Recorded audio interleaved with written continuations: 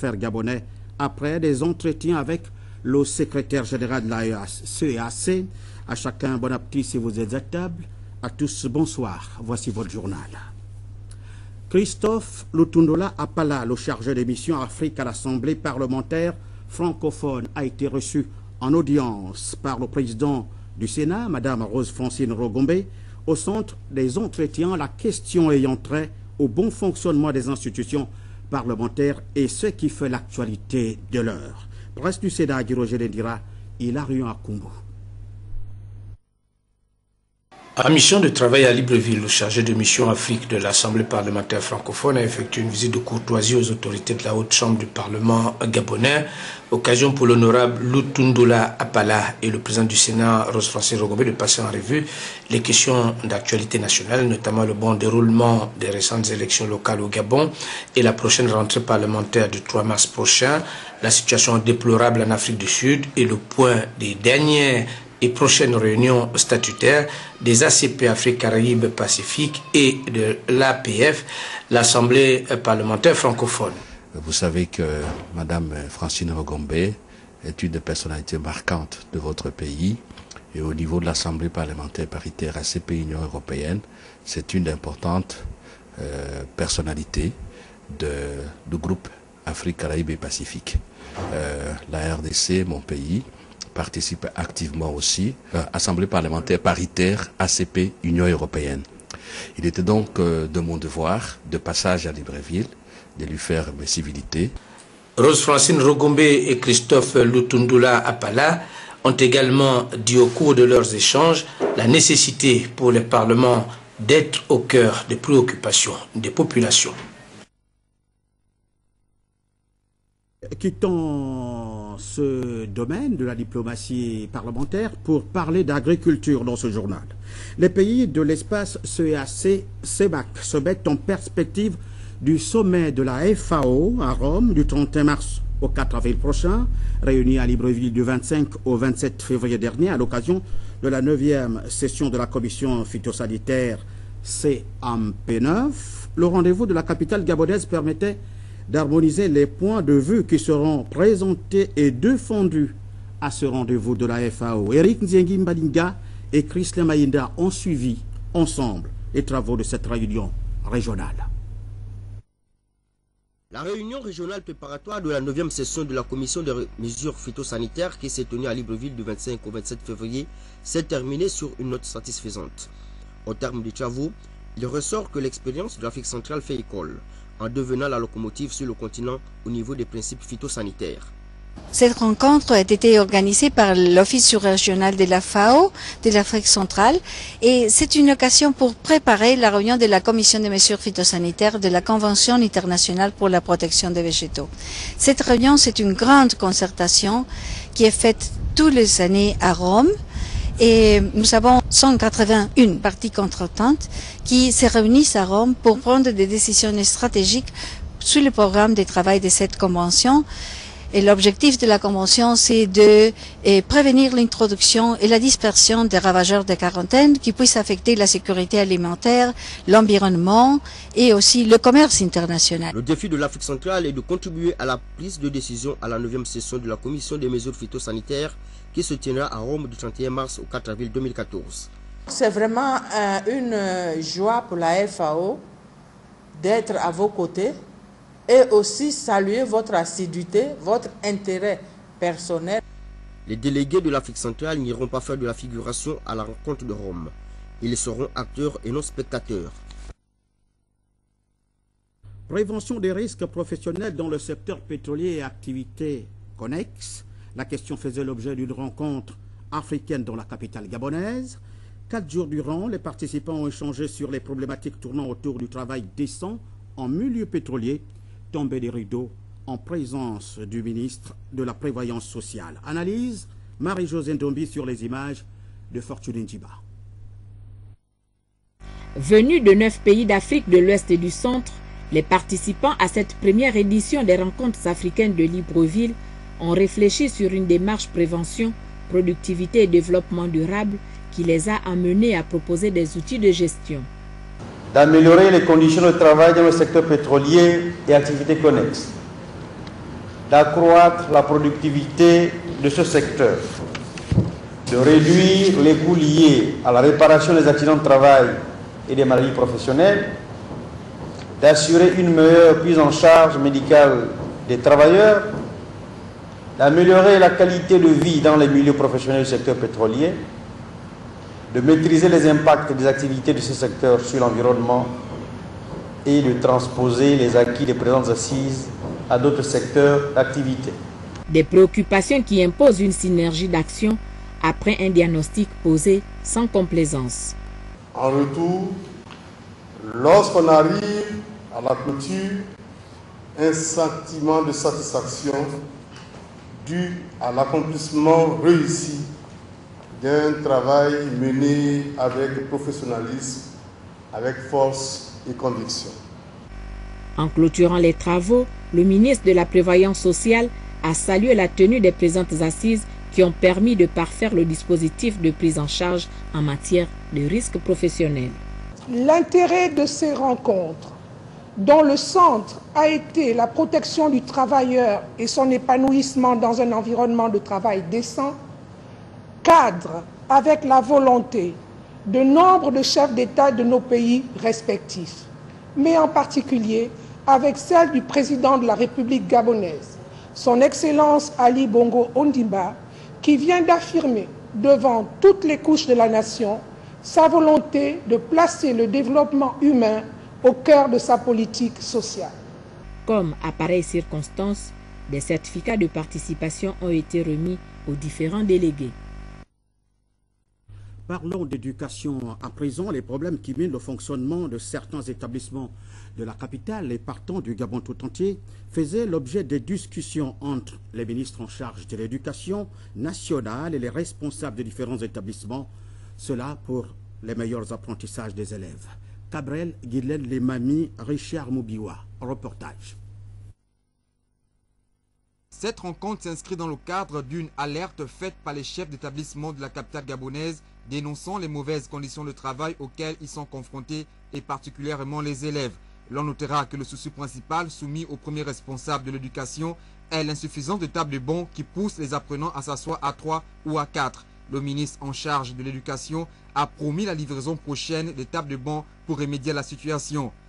Nous sommes très conscients, nous avons été édifiés par nos prédécesseurs. Nous sommes très conscients et nous sommes parfaitement soutenus par cette conscience des conditions de vie dans nos établissements, des conditions de travail dans nos établissements, de niveau d'accueil de nos infrastructures, des conditions transversales qui sont difficiles. Et lorsque cette alerte nous est parvenue, notamment les tables bancs, nous avons tenu à venir vous expliquer quel est le cheminement actuel, que vous connaissez. Nous n'avons pas l'affront de dire que vous ne connaissez pas, vous connaissez très bien. Il était nécessaire qu'on vous apporte ce message, que vous le relayez auprès de vos collaborateurs, mais aussi les concernés, pour cette fois-ci, les élèves. Tout de même, il a appelé les enseignants à rassurer les élèves sur l'amélioration de leurs conditions de travail, sachant bien sûr que de part et d'autre, les défis sont à relever. Il manque de tables bancs dans nos établissements. Nous en sommes très conscients. Nous en sommes très conscients. 14 000 tables bancs ont été commandées. Le modèle a été approuvé par nos prédécesseurs qui ont choisi un type de table banc qu'on devrait livrer dans les établissements. Le dialogue et la communication restent le leitmotiv du ministre Léon Djouba pour amener la sérénité dans le secteur éducatif au Gabon. Donner des orientations nouvelles et surtout des moyens pour une meilleure organisation du transport urbain au Gabon. Le problème était au menu des échanges que le ministre en charge du transport, Paulette Mengue Mohon, a eu avec Zouira Youssoufou, représentant résident de la Banque mondiale au Gabon. Audience en présence du ministre délégué au transport, Raphaël Ngazouzé, et compte rendu, Pélagé Bovon, Pierre Claverilla. C'est une visite de courtoisie et d'amitié qu'a effectuée Zouera Youssoufou, représentant résident de la Banque mondiale au cabinet de travail du ministre en charge des Transports, Paulette Mengemeon. Visite qui a permis aux personnalités de discuter des questions liées au transport urbain. Une problématique qui occupe une place de choix dans le programme d'action du numéro 1 des transports. On a parlé de possibilités d'intervention dans le secteur du transport urbain. On a aussi parlé de la suite de quelques études qu'on avait entreprises par rapport à l'analyse des coûts de transport aérien et maritime. Pour le moment, on est encore en discussion préliminaire. Les études vont être rendues d'ici la fin du mois de mars. Pour ce qui est de la question de transport urbain, c'est une première discussion qui vient à la suite de celle qu'on a eue lors de la visite de notre vice-président en janvier, le mois passé. Les prochaines étapes, c'est que les équipes techniques discutent, etc. et qu'on arrive à un projet. Des échanges enrichissants qui viennent renforcer la coopération entre le ministère des Transports du Gabon et la Banque mondiale.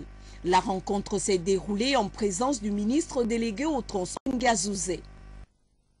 Actualité de la BAD à présent, le président de la BAD, la Banque africaine de développement, a échangé avec les hommes d'affaires gabonais, en tête desquels Jean-Baptiste Bikalou, président de la Chambre de commerce du Gabon.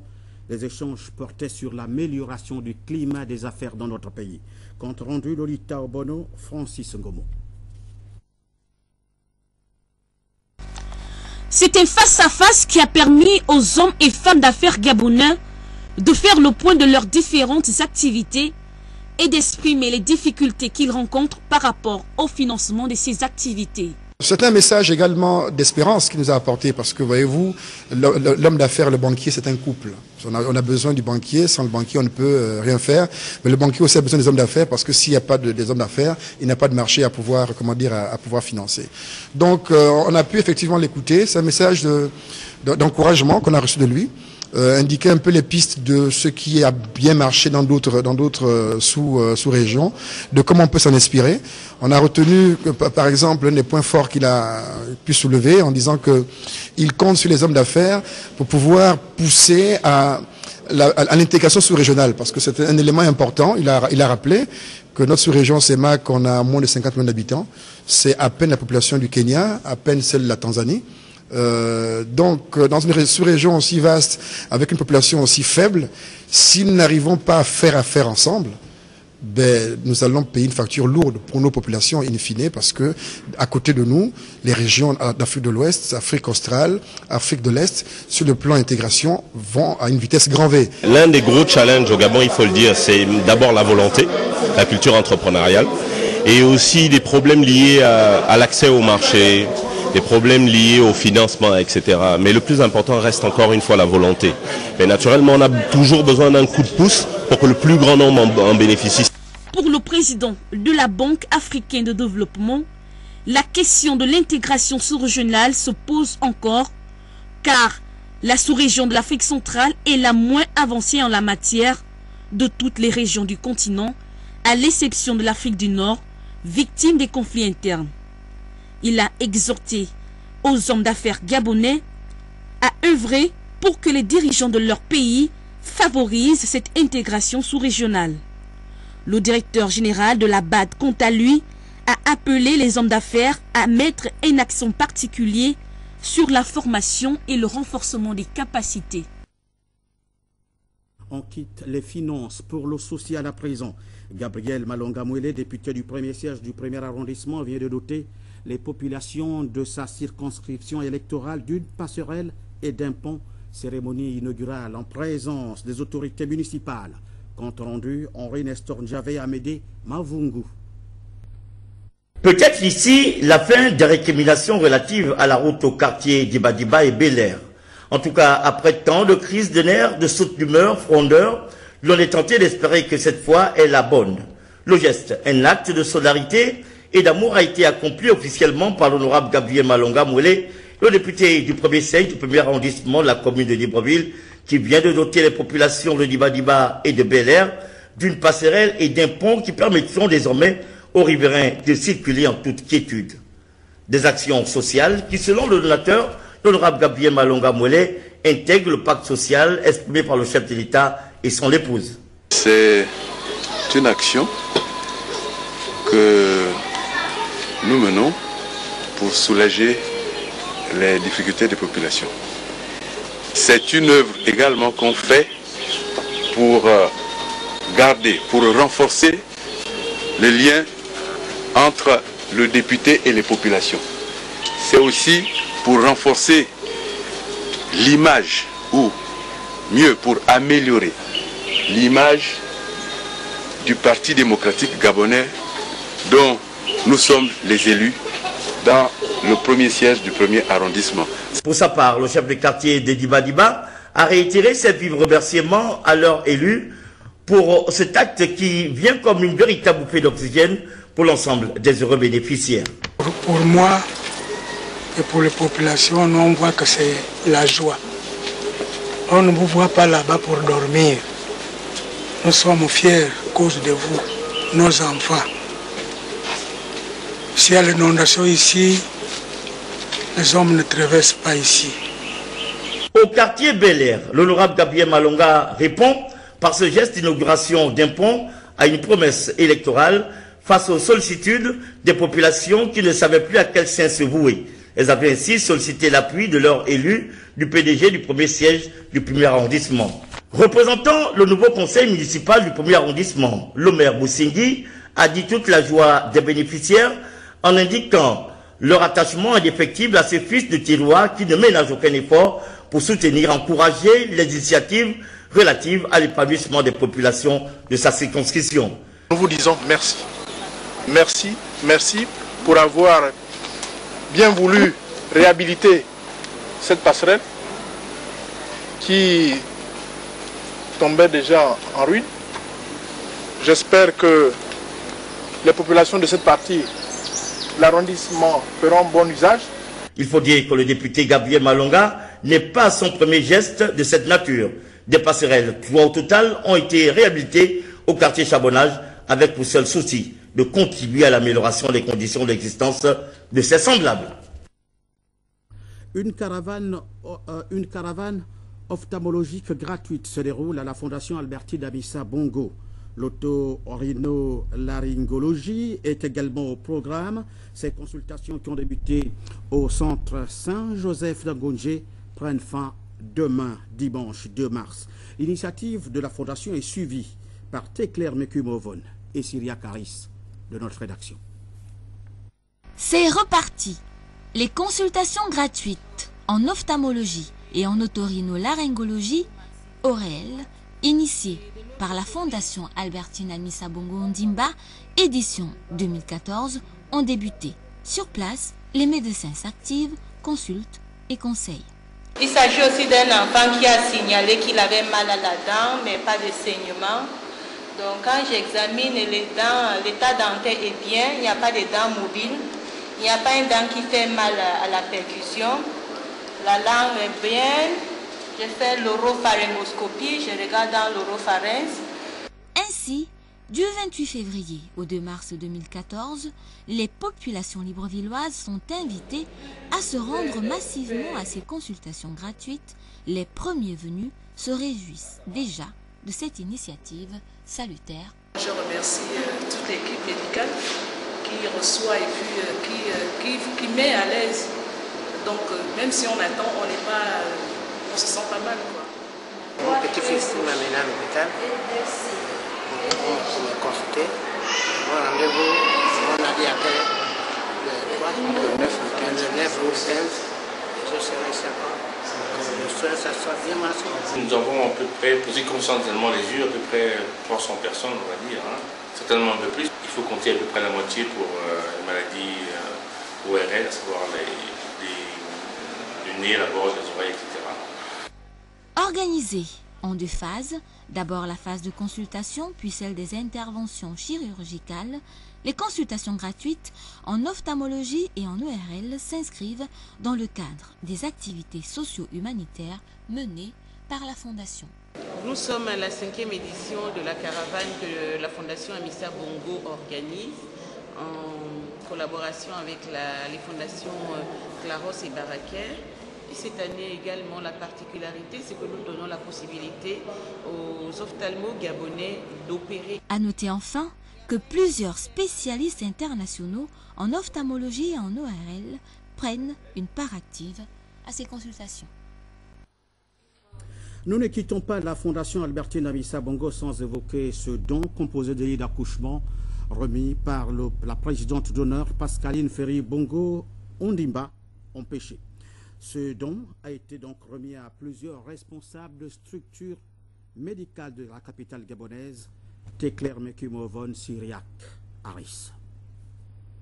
C'est ici, au centre d'accueil Saint-Joseph d'Angonje, que la présidente exécutive de la Fondation Albertine Amissa Bongo Ondimba, Madame Solange Mabignat, a procédé à la remise officielle d'un don composé de lits d'accouchement. Nous avons voulu faire un don de lits d'accouchement à des structures hospitalières sur Libreville. La Fondation Amissa a juste voulu apporter sa petite contribution en renforçant les structures qui existent déjà dans les centres hospitaliers. C'est pour ça que nous avons fait cette remise ce matin. Ce don, nous espérons, sera utile aux femmes gabonaises, notamment aux jeunes filles mères.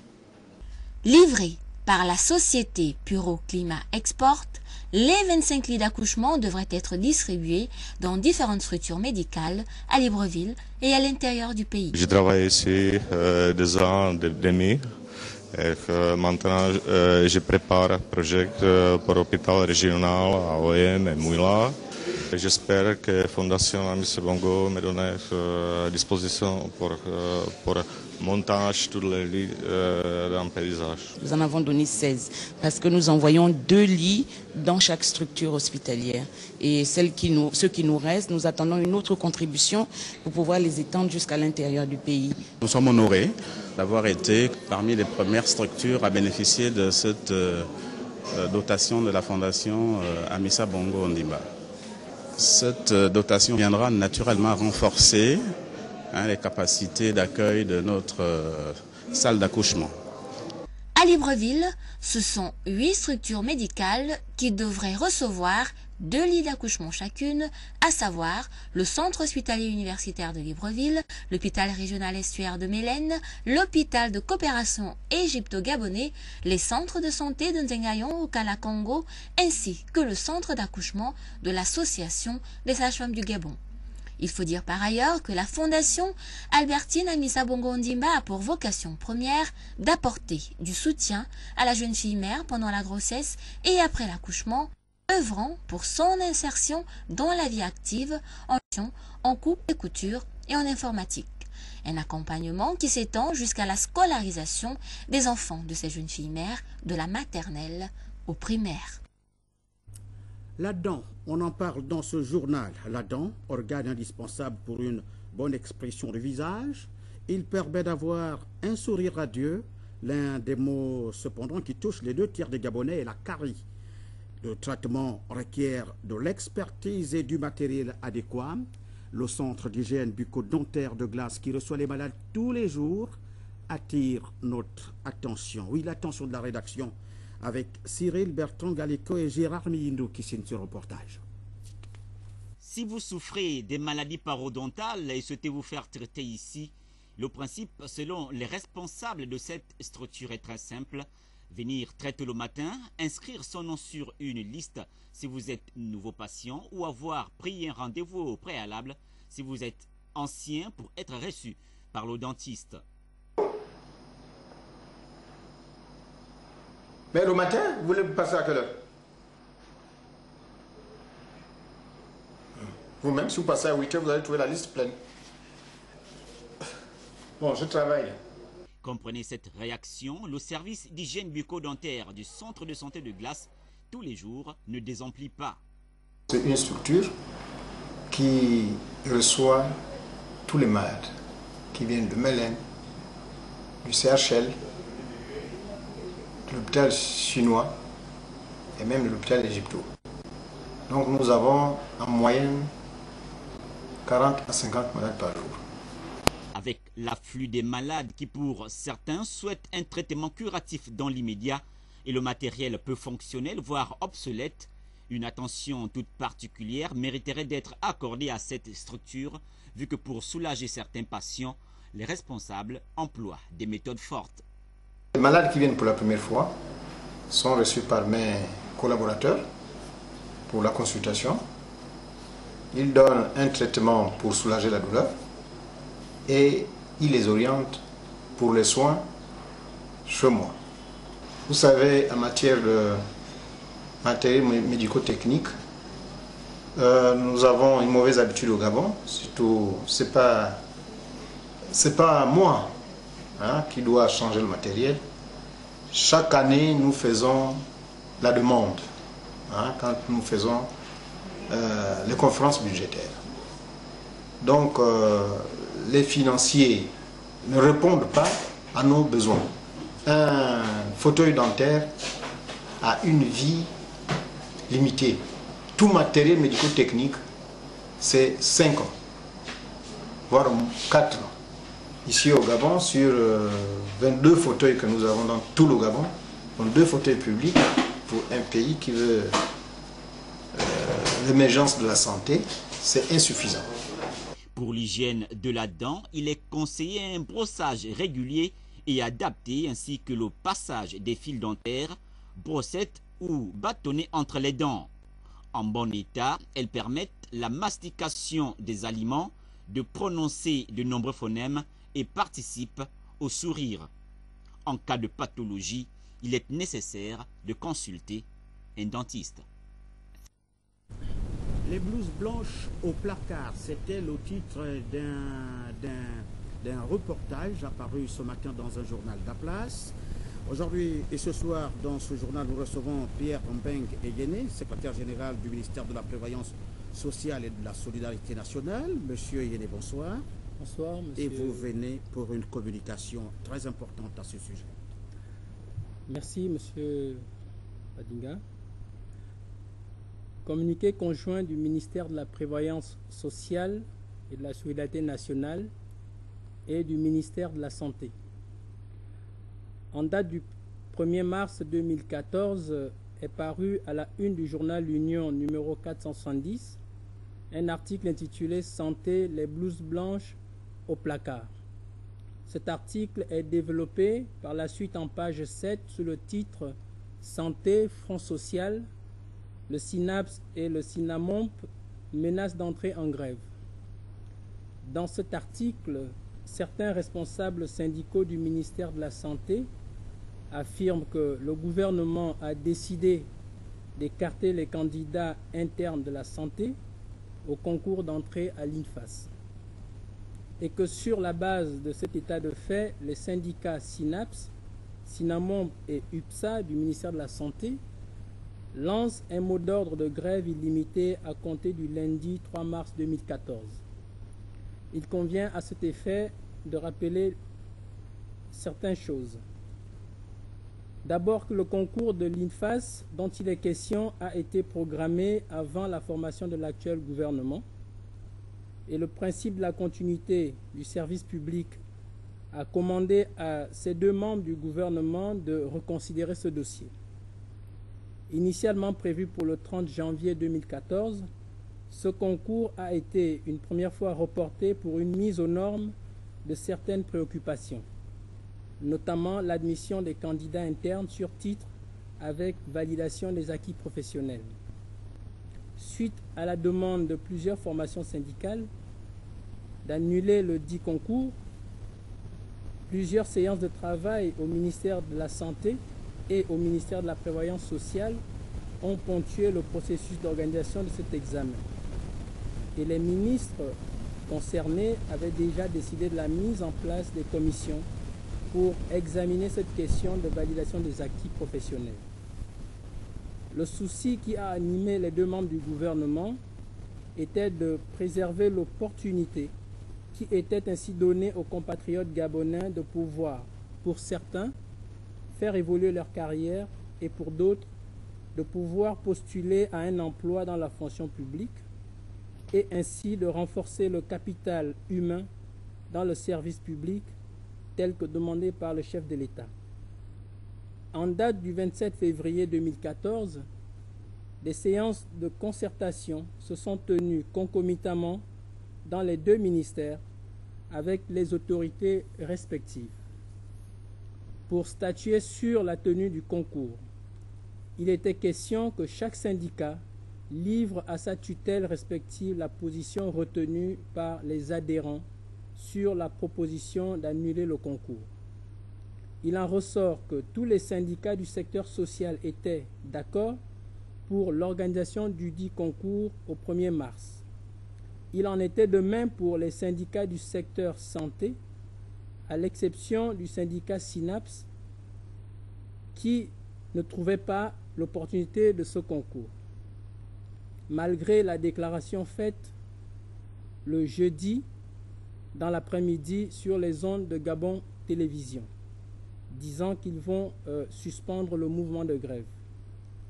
À la demande des membres du gouvernement, un communiqué a été lu également sur les ondes de Gabon Télévision, indiquant que le concours était bien maintenu pour les candidats externes de la santé et les candidats internes de la prévoyance sociale, cela pour tenir compte de la position de certains syndicats qui étaient d'avis que le concours devait se tenir. Après avoir donc pris connaissance de l'article de ce matin, Madame le ministre de la Prévoyance sociale et son collègue de la Santé ont convoqué une séance de travail avec les formations syndicales concernées ce samedi 1er mars, séance de travail qui a duré de 12h à 17h en présence des 2 secrétaires généraux. Au terme de cette rencontre, les 2 membres du gouvernement livrent ici la réalité de l'information qu'il convient de retenir à ce sujet. D'abord, que les ministres ont démontré aux partenaires sociaux que cet article contient des contradictions, qu'il constituait par conséquent une désinformation, voire une déformation de la réalité des faits. Toute chose que les syndicalistes, paradoxalement, ceux qui se sont exprimés dans la presse, ont reconnu et n'ont pas manqué de regretter. Au terme de la séance de travail, les membres du gouvernement ont réaffirmé aux syndicats leur souci de responsabilité, leur engagement cohérent avec les orientations du président de la République, chef de l'État, son Excellence Ali Bongo Ondimba, relatives au renforcement du capital humain nécessaire à la mise en œuvre du pacte social soutenu par la stratégie de développement humain. Aussi, les 2 ministres assurent les candidats au dit concours que celui-ci est bien maintenu pour demain dimanche, dès 8h, dans les locaux du lycée Paul Emmané Yégué de Lumi, et invite par conséquent les candidats à s'y présenter dans le calme. Tous les syndicats du secteur social et 2 syndicats du secteur santé, à savoir UPSA et SYNAS, ont adhéré à cette position des membres du gouvernement. En revanche, le syndicat SYNAPS a pris acte du maintien du concours, mais a décidé de la continuité du mouvement de grève de lundi, malgré les concessions faites par les membres du gouvernement. Les ministres concernés se sont engagés, malgré tout, à mettre sur pied, dès lundi 3 mars, des commissions devant réfléchir sur la compréhension et les modalités d'application qu'il convient de donner à la linéa 2 de l'article 8 de la loi 20-2010 qui prévoit la validation des acquis professionnels pour entrer à l'INFAS sur titre. Fait à Libreville le 1er mars 2014, Madame Brigitte Anguilemba et Monsieur Fidèle Mengemengwa. Je vous remercie. Merci. On va donc quitter Pierre Mbengue Egene, secrétaire général du ministère de la Prévoyance sociale et de la solidarité nationale. Vous ne partez pas. On va vous faire découvrir un reportage qui concerne le village des Cocos. Vous en savez quelque chose? C'est dans le Haut-Ogooué. Je connais bien le Haut-Ogooué. Voilà. Et cette question, quelles conditions de vie pour les populations de le Coco Village entre Mont, Prince, découvrir cette petite partie de l'arrière-pays où les sollicitations sont nombreuses, la route, le transport, la santé et l'éducation. Intitulé du reportage, je reviens de Le Coco, Chérel Annabelle Bogota nous peint ce tableau. Coco, c'est le dernier du département de l'Allée Coco. Dans ces maisons laissées par la Comilogue, vivent quelques âmes depuis plusieurs années dans la paix et la tranquillité. Mais le quotidien ici n'est pas facile. Tenez par exemple, pour consulter un médecin, il faut se rendre à la commune de Bakumba, située à 30 km du village. Là se pose le problème de transport et celui du mauvais état de la route. J'ai une famille, il faut à chaque fois me déplacer. Si l'enfant tombe malade, pour trouver un véhicule, c'est un peu difficile. Il faut attendre les mardis et les jeudis. Il y a des moments où aucun véhicule n'atteigne jusqu'à ce niveau-là. Un autre problème, et non des moindres, la scolarisation des tout-petits. La petite école qui existe est tombée en ruine du fait du manque d'entretien. Il y a un mois, la société ressource Golden Gram Gabon, opérant dans la mine de Bakoudou, répondait aux sollicitations des villageois. Après le don en fournitures scolaires, aujourd'hui la réfection de l'école. La politique de développement durable exige une participation, un soutien envers les populations riveraines de l'entreprise. C'est un aménagement qui a coûté un budget exactement de 18 millions de francs CFA, financé entièrement par la société Ressources Golden Gram Gabon, la mine de Bakoudou. Nous souhaitons que cet ouvrage, cette infrastructure soit bien utilisée à bon escient. Recevez les remerciements de toute la communauté éducative. Le préfet du département n'a eu que ces quelques mots pour exprimer son enthousiasme. Un proverbe bantou dit, plus on m'en donne, plus j'en réclame. Ceci dit, soyez toujours réceptifs à nos sollicitations. Aujourd'hui l'école, demain la santé et plus tard la route. Au village Les Cocos, les carences sont nombreuses. La nouvelle équipe départementale est très attendue au pied du mur. Pour l'heure, le petit village se réjouit de son nouveau rayon de soleil. Quittant ce et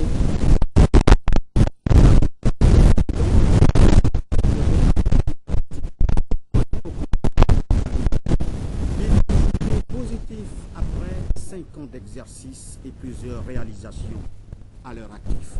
Stéphanie Oyon-Mezui, Gérard Milito. 5 ans d'exercice, un bilan soldé par la construction d'écoles publiques dans plusieurs localités, des logements des enseignants, des dispensaires et des marchés. Un bilan auquel il faut ajouter l'acquisition et l'équipement d'une base logistique dotée d'une menuiserie et d'une briqueterie. L'équipement complet de l'institution, des véhicules neufs, du mobilier et du matériel informatique n'était pas en reste. Toute chose qui procure satisfaction aux principaux bénéficiaires. L'année passée, on n'avait pas une école. Elle est non seulement une école de Moyokier, mais également la vitrine du Gabon. On ne peut pas être mécontent de celui qui a fait quelque chose. On nous avait accordé le dispensaire en 1975. Et ce n'est que les années dernières, depuis 3 ans, qu'il a fini ça. Il y avait d'autres personnes qui ne pouvaient rien faire. S'il est vrai que certaines réalisations ont été faites par l'équipe PDG sortante d'une thème, il n'en demeure pas moins que d'autres actes méritent d'être posés. Ici à Tchimazov, c'était une grande plainte. Il n'y avait pas de dispensaire ici. Bon, nous, malgré nos moyens très modestes, on a essayé de faire quelque chose. Et nous pensons que l'équipe qui arrive va terminer complètement les travaux pour que les populations puissent jouir de ce bijou.